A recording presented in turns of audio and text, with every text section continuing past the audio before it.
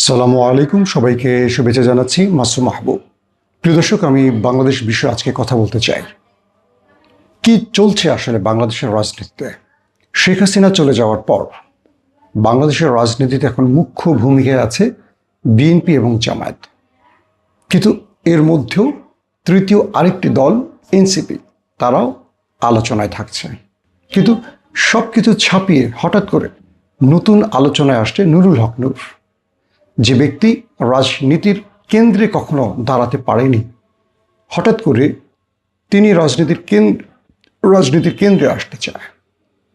কুষ্টিয়ার একটি আসনে জামায়াতের এমপি আমির হামজা, তার দলের সাথে নুরুল হক নূরের দলের একটা লড়াই হয়েছে। এরপর জামায়াতের পক্ষ থেকে নুরুল হক নূরের দলকে পিটিয়ে মাঠ ছাড়া করা হয়েছে। নুরুল হক জামায়াতকে হুঁশিয়ারি দিচ্ছে তাদেরকে আবারও গুপ্ত জায়গায় পাঠিয়ে দেবেন। নুরুল হক, জামাত যেমন গত 15-16 বছর গুপ্ত অবস্থায় আছে, তাদেরকে সেই ঠিকানায় আবার নুরুল হক নূর পৌঁছে দিবেন। বিষয়টাকে একটু চিন্তা করেন যে নুরুল হক বিএনপি সরকারের একজন প্রতিমন্ত্রী বা উপমন্ত্রী, তিনি এই হুমকি দিচ্ছেন যেখানে বিএনপির মূল ডাকসেটের নেতারাও এই কথাটা একবারও বলেননি, কিন্তু নুরুল হক বলছেন। অথচ যে দলটিতে নুরুল হক আর রাশেদ ছাড়া তৃতীয় আর কেউ নেই, একটা কমিটি করার মতো তাদের যোগ্যতা নেই। আবার কুষ্টিয়াতে আমির হামজার সাথে জামাতের একজন পাওয়ারফুল এমপির সাথে সে লড়াইও করেছে। দুই পক্ষের আহতর ঘটনাও ঘটেছে। ইতিমধ্যে আমির হামজা বলেছেন 24 ঘন্টার সময় দেয়া হয়েছে প্রশাসনকে, কুষ্টিয়ার প্রশাসনকে, যেন সকল অপরাধীদের গ্রেফতার করা হয়। যদি 24 ঘন্টার মধ্যে গ্রেফতার করা না হয় তাহলে পুরো ডিসি অফিস ঘেরাও করা হবে।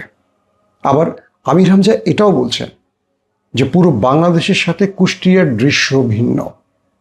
তিনি বলছেন যেই আসনে তিনি এমপি হয়েছেন আর পুরো বাংলাদেশের বাকি যতগুলো আসন আছে পুরো আলাদা। এখানকার সরকার তিনি নিজে, অর্থাৎ আমির হামজা হলো কুষ্টিয়ার সেই আসনের সরকার। এখানে আর কোনো সরকার নেই, এখানে চলবে তার কথা, তার নির্দেশ, অন্য কারো নির্দেশ চলবে না। তার মানে রাজনীতিটা এখন একটা প্রতিযোগিতা না লড়াইয়ের মাঠে, নাকি দুই পক্ষের বাক বিতণ্ডা গিয়ে শেষ হবে আমরা বুঝতে পারছি না। আসেন, কালকে রাশেদকে দেখলাম এটিএন বাংলায়, মেবি, যদিও আমার টিভি দেখা হয় না, এগুলো সোশ্যাল মিডিয়ায় ভাইরাল হয়।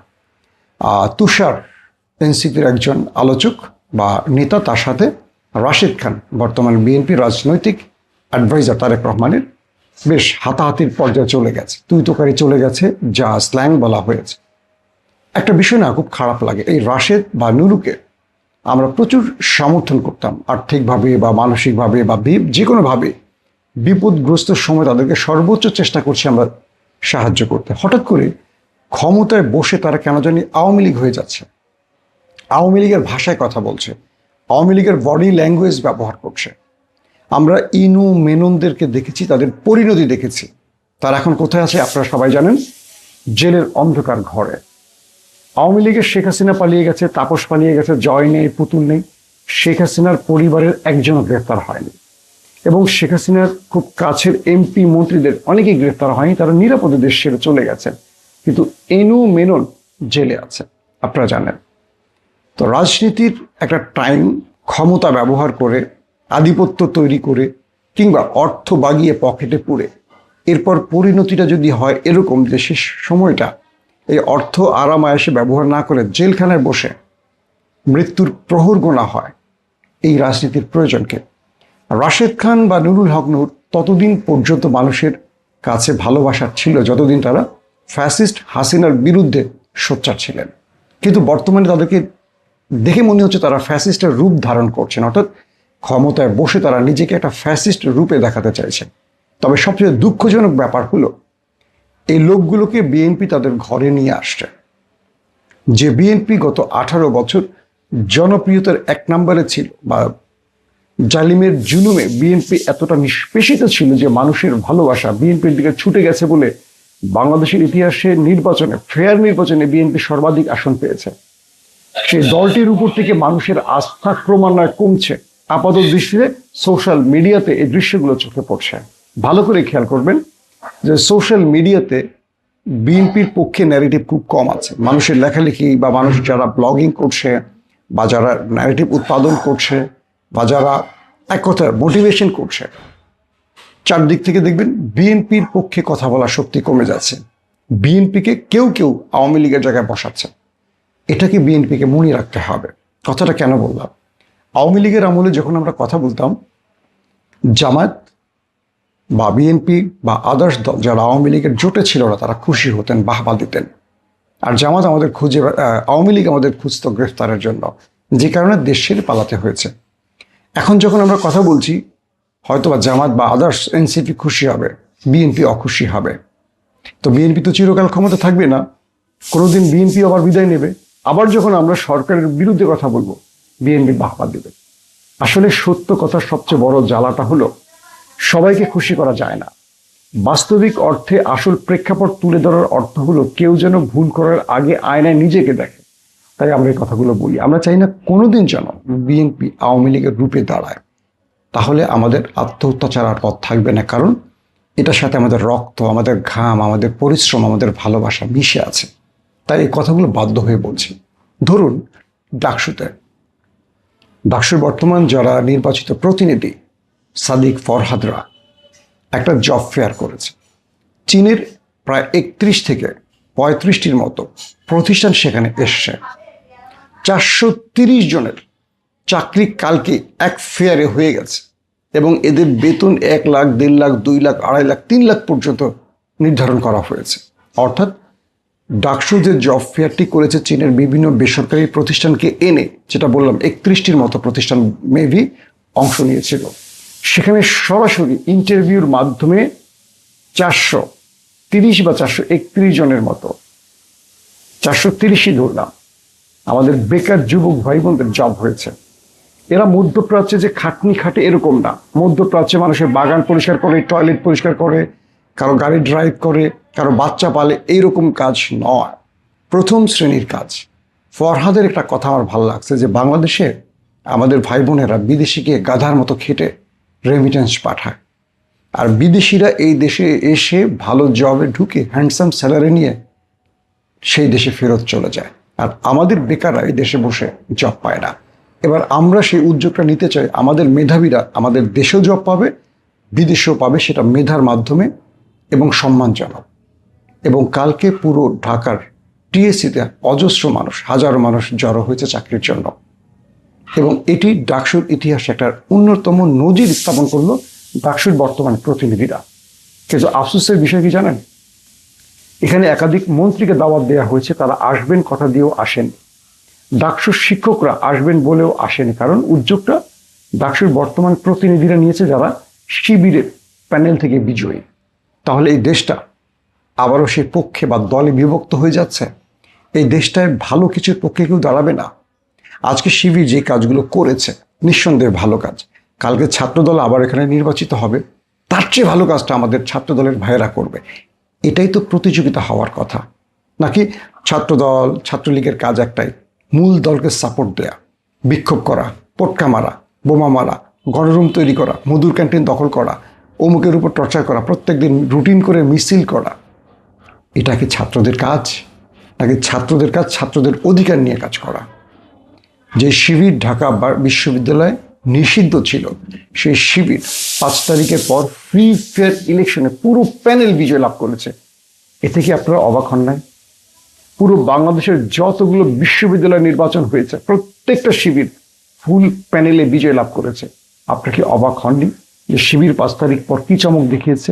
তো এই শিবিরকে আপনারা সোশ্যাল মিডিয়া দিয়ে বা বিভিন্ন রকম ন্যারেটিভে আটকাতে পারবেন না। কারণ কি জানেন? মানুষ চোখে যা দেখে সেটাকে বিশ্বাস করে, ন্যারেটিভে বিশ্বাস করে না। তাহলে কি করণীয়? শিবিরের চেয়ে বেস্ট কিছু আপনাকে করতে হবে।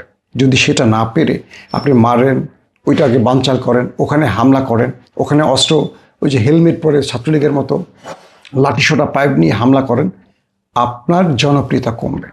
বাংলাদেশে আওয়ামী লীগের সেই রাজনীতি আর চলবে না। এটা আওয়ামী লীগ বিদায় করে দিয়ে গেছে। জুলাই অভ্যুত্থানে বাংলাদেশ যে দৃশ্য তৈরি করেছে বা যে দৃশ্য দেখেছে, এরপর সেই রাজনীতিতে হেঁটে আর কেউ সফলতা পাবে না। বিএনপি 180 দিনে অনেকগুলো ভালো উদ্যোগ নিয়েছে, সেই উদ্যোগগুলো হারিয়ে যাচ্ছে। এমন কিছু নিছক ঘটনা, যেমন রাশেদের মতো মানুষের টকশোতে বসে যেই ভাষায় কথা বলছে, যেভাবে বডি ল্যাঙ্গুয়েজ প্রদর্শন করছে, হাত তুলে কথা বলছে, বেয়াদব বলছে, মারতে যাচ্ছে, তেড়ে যাচ্ছে, ছোট নাই বড় নাই। এই রাশেদ কদিন আগে বলছে আমাকে বাঁচান, আমাকে বাঁচান, আমাকে ধরে নিয়ে যাচ্ছে, আমাকে বাঁচান। রাশেদ কাদেরকে বলছিল আমাকে বাঁচান? সেই রাশেদের ভাষা দেখেন। এখন সেই রাশেদ নিজেই জালিমের মতো আচরণ করছে। তাহলে মানুষ কাদের হাতে ক্ষমতা তুলে দেবে?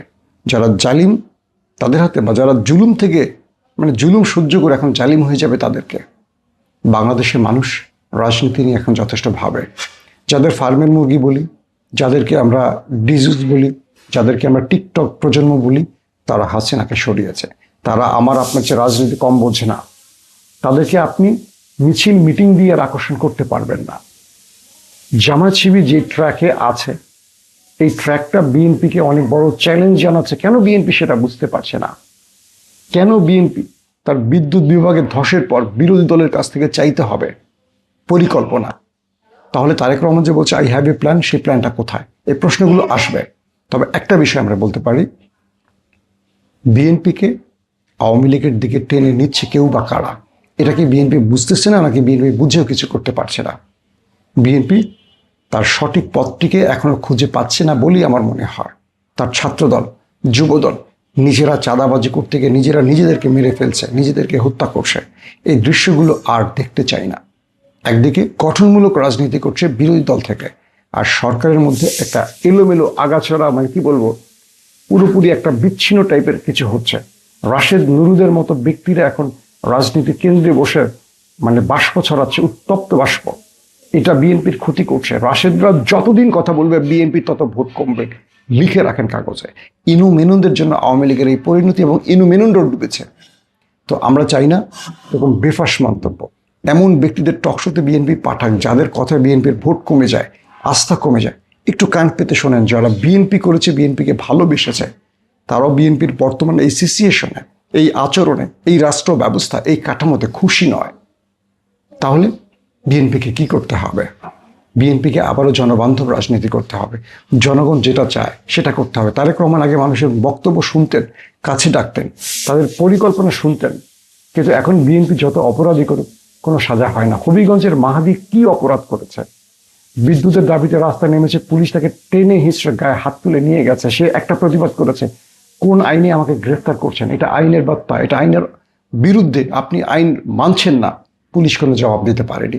এই পুলিশ কি আবারও আওয়ামী লীগ হতে চায়? আওয়ামী লীগের পুলিশের পরিণতি যদি এই পুলিশ না দেখে, তাহলে আফসোস, এই দেশের মানুষ কখনো পরিণতি দেখে শেখে না। তাহলে ইতিহাসের পাতাগুলো মুছে ফেলা উচিত। শেখ মুজিবের থেকে শেখা উচিত, শেখ হাসিনার থেকে শেখা উচিত পরিণতি কত ভয়ঙ্কর হতে পারে। পুলিশদের বলবো, দলবাজ হবেন না। দেশের মানুষের পক্ষে দাঁড়ান। কেউ কিছু করবে না, কেউ কিছু করতে দেবে না। আর যদি দলবাজ হন, তাহলে যে কোনো সময় দেখবেন কোন একটা ওভারব্রিজে আপনাকে ঝুলিয়ে রাখা হয়েছে। কারণ মানুষ রাজপথে নেমে গেছে, মানুষ রাজপথে নামতে শিখেছে, মানুষ সরকার পতনের খেলা শিখে গেছে। মানুষকে এখন আপনি আর কল্প কাহিনী দিয়ে আটকাতে পারবেন না। মানুষকে বিজয় করতে হলে মানুষের হৃদয় জয় করতে হবে, মানুষের মৌলিক অধিকার বাস্তবায়ন বা পূরণ করতে হবে। আবারও বলছি, বিএনপি অন ট্র্যাকে আসুক। বিএনপি যে স্বপ্নগুলো দেখিয়েছে আমাদের, সে স্বপ্নে ফিরে আসুক। বিএনপি মানুষের রাজনীতিটা শুরু করুক। পূর্বের বিএনপিকে আর দেখতে চাই না। আমরা নতুন এক বিএনপিকে দেখতে চাই, যেটা হবে তারেক রহমানের সবার আগে বাংলাদেশের সেই মূল পলিসি। তারেক রহমান যে স্লোগানটি দিয়েছেন, সবার আগে বাংলাদেশ, সেই বিএনপিকে আমরা দেখতে চাই, যাদের কাছে সবার আগে বাংলাদেশ। আল্লাহ হাফেজ।